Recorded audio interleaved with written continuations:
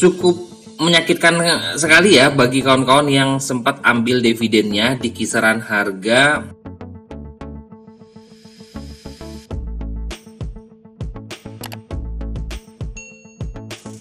Hai guys, assalamualaikum. Bertemu lagi dengan saya Budi Hoki dari Oke Saham. Dan kali ini saya akan memberikan review beberapa saham ya dari kawan-kawan. Sedikit melihat keseruan kita di keluarga Oke Saham. Ini kemarin kita jualan sorenya adalah LAK. Nah, TP1-nya di 402. Lalu kita watchlist paginya ada SSMS dan ATAP. Lalu kita juga pagi itu di jam 9.13 kita masuk MTWI ya, 115 sampai dengan 116. Kita lihat ya. Nah, ATAP watchlist pagi sampai naik sampai 20%-an ya. Alhamdulillah. LAK juga sempat TP1 di 402. MTWI kita beli di merah-merah ya di 115 sampai 116. Lalu dia bisa terbang ya sampai dengan 140 lebih ya, tapi kita bisa TP di kisaran harga 137. Dan masih banyak lagi keseruan kita di keluarga Oke Saham. Dan hari ini saya akan memberikan beberapa review ya buat kawan-kawan semua. Ini sudah ada request ya dari kawan-kawan untuk beberapa review. Dan hari ini saya akan mereview dari yang pertama, saya akan mereview dari saham BBRI. Nah, ini adalah BBRI ya. BBRI saat ini kita bisa mengatakan bahwa BBRI sedang berada di fase sideways ya. BBRI belum kuat untuk naik di atas MA5. Nah, ini tapi kalau kita bisa perhatikan, ini adalah area support dia sekarang itu ada di 4055 ya. Nah itu bisa dijadikan patokan buat kawan-kawan untuk serok BBRI di kisaran harga 4000 sampai dengan 4055. Semoga aja bisa kuat ya untuk BBRI di area support tersebut. Dan kalau kita melihat, kita berikan garis kembali ya. Nah, ini kalau kita berikan garis. Nah, kalau di sini kita buatkan garis straight line-nya ya. Ini terlihat bahwa BBRI ini membentuk triangle ya. Nah, bagaimana kelanjutan dari BBRI? Jadi, apabila BBRI bisa tembus di area di kisaran harga 4217 ya, atau dia sudah mulai breakout dari area triangle-nya, ini targetnya ya kembali untuk ke area 4460-an ya. Nah, apabila BBRI bisa turun ya, atau dia bisa breakdown ya dari area 4000-an, nah target saya kita bisa serok BBRI di kisaran harga 3860-an ya. Nah, di situ adalah area dari support dari BBRI. Apakah BBRI bisa breakout dari area triangle-nya di kisaran harga 4200-an, atau dia bisa breakdown turun di bawah 4000 untuk kembali ke harga 3800-an. Nah, ini bisa menjadikan perhatian ya buat kawan-kawan yang punya BBRI. Nah, untuk saat ini saya masih mempercayai bahwa area 4060 itu sebagai support di BBRI. Semoga aja tidak jebol ya untuk area 4060, karena closing kemarin itu sangat dekat sekali di kisaran harga 4070. Semoga aja 1-2 hari ini untuk BBRI bisa breakout, bisa up kembali, apalagi sekarang kan sudah masuk ke fase akhir di windrest ya di bulan Desember, dan juga semoga aja ada Januari efek yang membuat saham-saham yang memiliki capital caps yang cukup besar ini untuk kembali naik. Nah, setelah BBRI kita akan mereview saham dari Dividend Hunter ya, dari ISAT. Ketika beli di harga 8.000-an, sekarang dia turun di bawah 6.000-an. Wow, ini cukup menyakitkan bagi kawan-kawan yang sempat beli ISAT di kisaran ketika mengambil di dividen ya. Dan di sini kita bisa percaya dia punya support kuat. Nah, ini sudah dijebol juga ya di kisaran harga 5.675, dan sekarang dia udah jebol lagi turun di 5.525. Cukup menyakitkan sekali ya bagi kawan-kawan yang sempat ambil dividennya di kisaran harga 8.000-an ya. Nah, ini masih lihat di kisaran atas untuk dividen. Ketika kumdet dari dividen langsung tiba-tiba ARB berhari-hari tanpa ada volume dan dikunci langsung ke bawah. Tapi beberapa hari ini juga masih dalam keadaan turun. Nah, strateginya seperti apa sih buat kawan-kawan yang punya harga ketika kumdet kemarin di kisaran harga 8.000-an? Ya, kalau kawan-kawan tidak mau cut loss di Indosat ini, ya kawan-kawan nanti akan tunggu Indosat ini ketika dia sudah punya kaki ya. Nah, ini kalau untuk saat ini kan bahasanya kalau saya ngomong dia ini sudah sedang berada di area downtrend, dan juga remnya blong. Nah, karena support di bawahnya di kisaran harga 5.600-an dijebol juga ya. Jadi ya hati-hati dulu deh. Kita kalau seandainya mau upgrade di sini, nanti tunggu ketika Indosat ini sudah punya kaki dan juga dia sudah punya pijakan, baru nanti sudah menunjukkan uptrend baru kita upgrade ya. Nah, kita bisa perhatikan ini kan di bulan Desember ya, kita bisa lihat di bulan Januari. Nah, ini Desember dia turun deras ya. Kita lihat kira-kira di bulan Januari seperti apa. Ini terbalik, sangat kebalikan ya dari Desember di tahun 2020 ini naik cukup deras, tapi di sini di Desember 2021 turun deras. Nah, mungkin kalau seandainya kawan-kawan yang tipikal dari mengejar MA ya, mungkin bisa tunggu. Kalau di sini MA 50-nya di chart monthly itu ada di kisaran harga 4.560-an.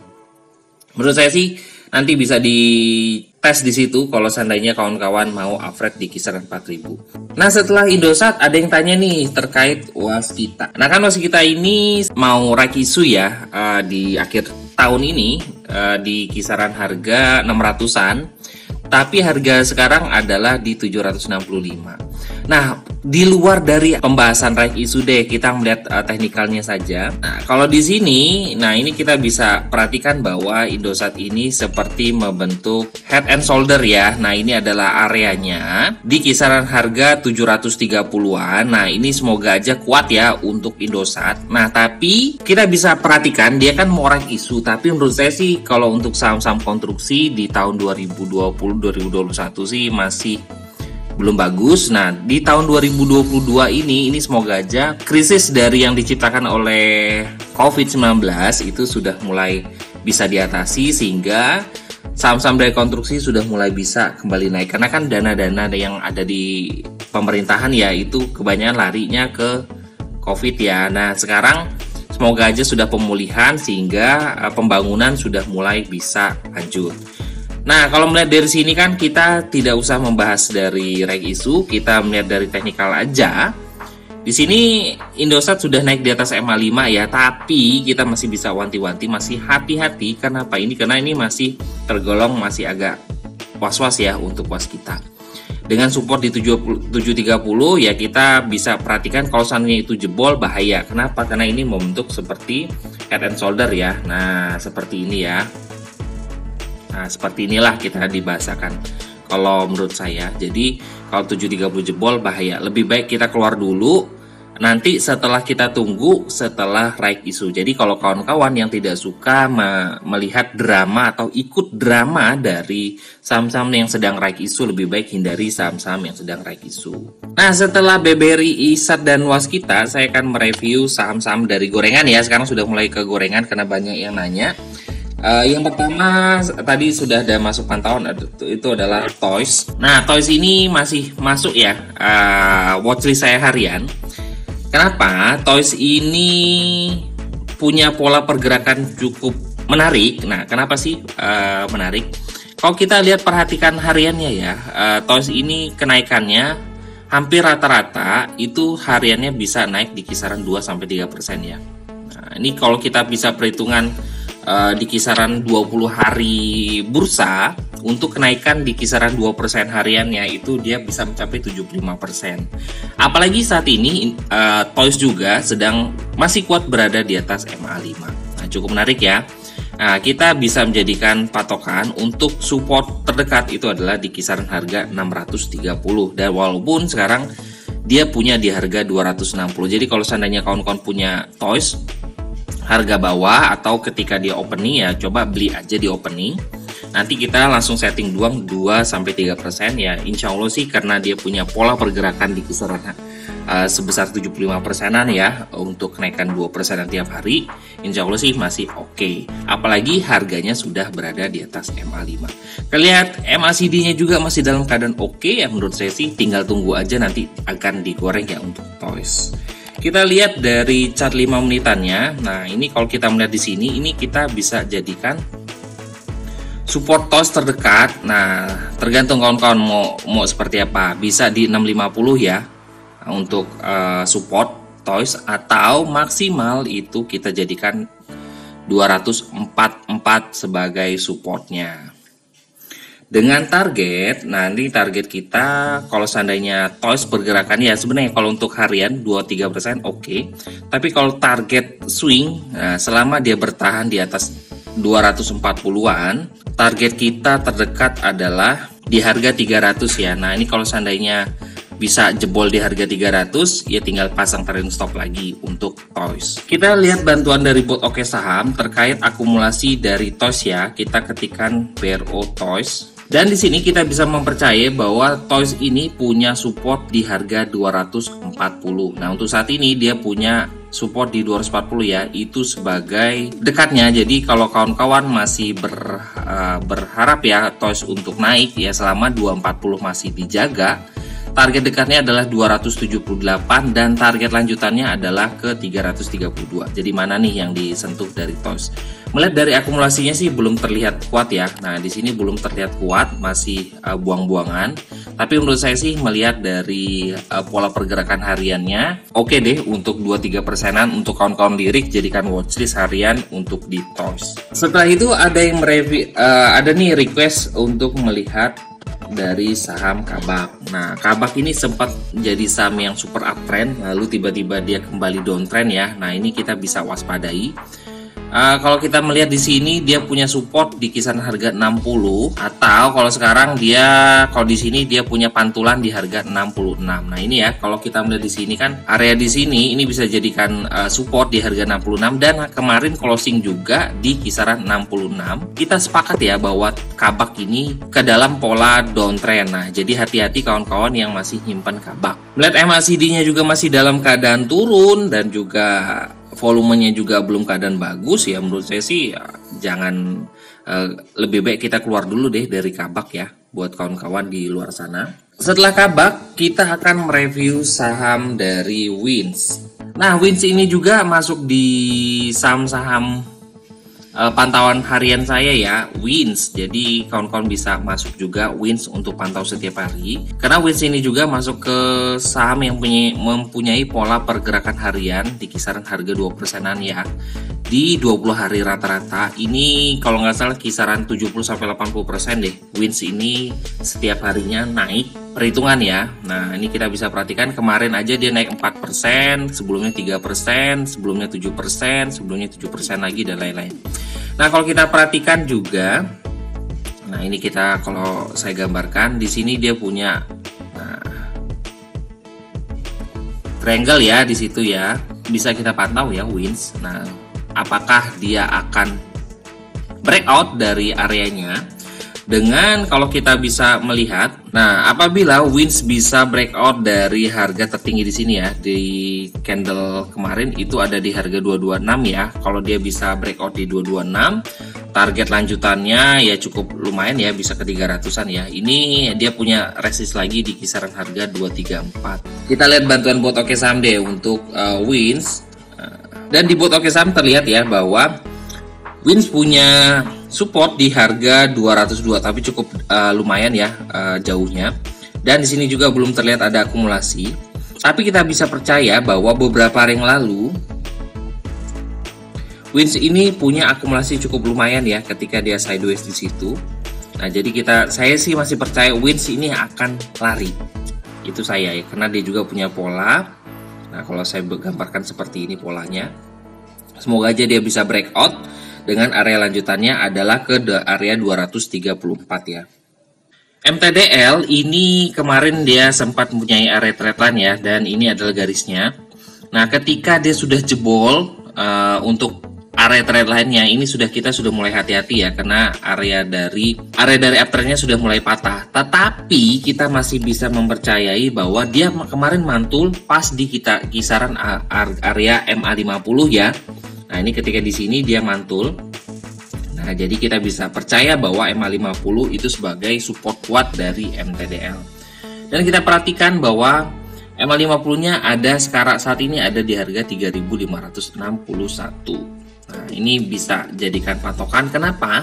Karena saat ini MTDL sudah turun di bawah MA5 dan sudah hampir seminggu MTDL belum kuat ya untuk naik di atas MA5. Jadi kita harus hati-hati ya MTDL ini karena dia sudah patah dari area trendline-nya, lalu dia Tapi kita masih mempercayai bahwa MA50 ini bisa jadi pijakan dari MTDL. Kalau itu jebol ya lebih baik kita lupakan karena dia akan masuk ke fase downtrend. Hati-hati ya buat kawan-kawan semua. Setelah MTDL kita akan mereview KBLV. Nah ini kemarin cukup lumayan ya, sampai dengan arah kalau nggak salah ya, dia sampai naik ke 24%, lalu dibanting membentuk shooting star. Nah ini cukup pola yang kurang bagus ya buat kawan-kawan, bentuk candle yang tidak kurang bagus. Jadi agak hati-hati buat kawan-kawan yang masih punya KBLV. Nah kita mempercayai bahwa MA5, kita lihat MA5 nya ada di harga berapa, 670, dan dia closing di harga 675, tipis sekali di atas MA5. Jadi menurut saya sih kawan-kawan harus hati-hati. Kalau kita melihat dari chart 5 menitannya ya sudah dijebol ya MA50 nya. Jadi menurut saya sih kawan-kawan harus mengambil sikap di KBLV. Kalau saya perhatikan KBLV ini juga volumenya sering tidur ya. Jadi untuk kembali naik ke atas kembali ini kayaknya agak membutuhkan waktu. Ini sih menurut saya ya, karena memang KBLV ini volumenya tiba-tiba meledak. Nah, tapi tiba-tiba dia akan tidur kembali. Jadi hati-hati ya buat kawan-kawan yang punya KBLV. Setelah ini saya akan mereview saham dari Tama. Nah, Tama ini juga sebenarnya punya pola pergerakan yang cukup lumayan ya. Nah, ini Tama ini tuh kemarin naik sampai 15%, 4%, 7%, 27%, 12%, 10%, 11%, dan masih banyak lagi ya. Dia ini punya pergerakan kenaikan. Ini saham gorengan banget karena kalau kita ngeliat di sini dia punya namanya rambut-rambut. Nah jadi kalau kawan-kawan punya saham-saham seperti ini, jadi kalau seandainya sudah beli cuan lebih baik dibungkus ya, karena kemungkinan dia akan membentuk rambut-rambut. Kalau melihat di sini sih untuk pola pergerakan harian ya, kita bisa beli di opening lalu kita bisa setting 2-3% ya. Kenapa? Karena ya dia punya pola pergerakan. Tapi kalau kita harus wanti-wanti juga, karena kalau seandainya dia lagi sepi ya sudah volumenya sering tidur juga di sini. Jadi boleh masuk di saham ini, tapi lebih dibatasi lotnya ya, karena kalau seandainya kita menggunakan lot besar di saham seperti ini ya takutnya nggak bisa keluar. Di sini agak sedikit ngeri karena kemarin ARB ya di harga 67 dan juga turun di bawah MA5. Ini cukup kurang bagus kalau menurut saya. Apalagi kemarin turun dengan volume besar. Kawan-kawan kalau yang punya Tama coba diperhatikan nanti ketika dia turun di kisaran harga 66. Coba diperhatikan besok deh di hari Senin. Kalau seandainya dia kuat atau mantul di kisaran harga 6667 atau dia ketika opening dia naik ya, kita bisa beli dan jual secukupnya. Tapi kalau dia bisa turun lagi di bawah 66, ngeri ya. Lebih baik jangan didekat-dekati dulu. Kenapa? Karena volumenya sering tidur, nanti kawan-kawan nggak bisa keluar ya, semakin dalam malah dibawa tidur ke harga 50. Setelah ini saya akan mereview saham dari BKSL. Nah BKSL ini juga sudah masuk ke fase downtrend, jadi agak wanti-wanti. Tapi sebenarnya kalau kawan-kawan yang tipikal swing panjang, area di bawah 60 itu adalah area buat kawan-kawan untuk akumulasi. Nah untuk saat ini dia masih main di kisaran harga 58-59. Menurut saya sih dicicil aja untuk BKSL, karena saya percaya BKSL ini juga akan naik lagi. Biasanya kalau dia turun di kisaran harga 55 nanti akan digas kembali ya, seperti di sini. Nah, jadi kawan-kawan bisa cicil-cicil aja BKSL di bawah, nanti kita bisa jual di atas 65an ke atas ya. Dikarenakan beberapa hari ini masih turun di bawah MA5, jadi kalau kawan-kawan yang tipikal scalping atau day trade lebih baik jangan pantau dari saham-saham BKSL ini. Kenapa juga? Karena saham-saham dari properti ya, properti termasuk properti lain-lain ya, itu juga masih dalam fase downtrend semua. Jadi untuk properti menurut saya sih untuk saat ini jangan dilirik-lirik dulu ya. Nah itu aja review dari Oke Saham. Jadi kalau kawan-kawan yang masih newbie ya di saham dan masih ikut-ikutan, yuk belajar bersama kita di keluarga Oke Saham. Dan ini juga sangat cocok untuk pemula ya, karena di Oke Saham itu tidak hanya memberikan rekomendasi, tapi kita juga memberikan edukasi dan juga tips-tips trading buat kawan-kawan untuk bisa menjadi trader saham yang mandiri. Nah itu aja, terima kasih telah nonton video ini. Wassalamualaikum warahmatullahi wabarakatuh.